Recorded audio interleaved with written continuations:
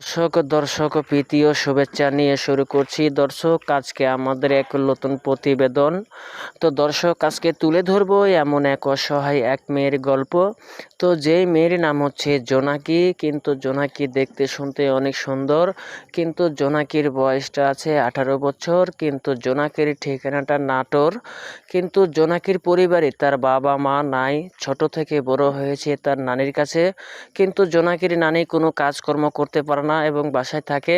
তো জোনাকি পাশের এক গ্রামের বাসায় থেকে সেলাই মেশিনের কাজ করে। তো জোনাকি যতক্ষণে আনে ততক্ষণে তার বয়স্ক দাদিকে নিয়ে খায়।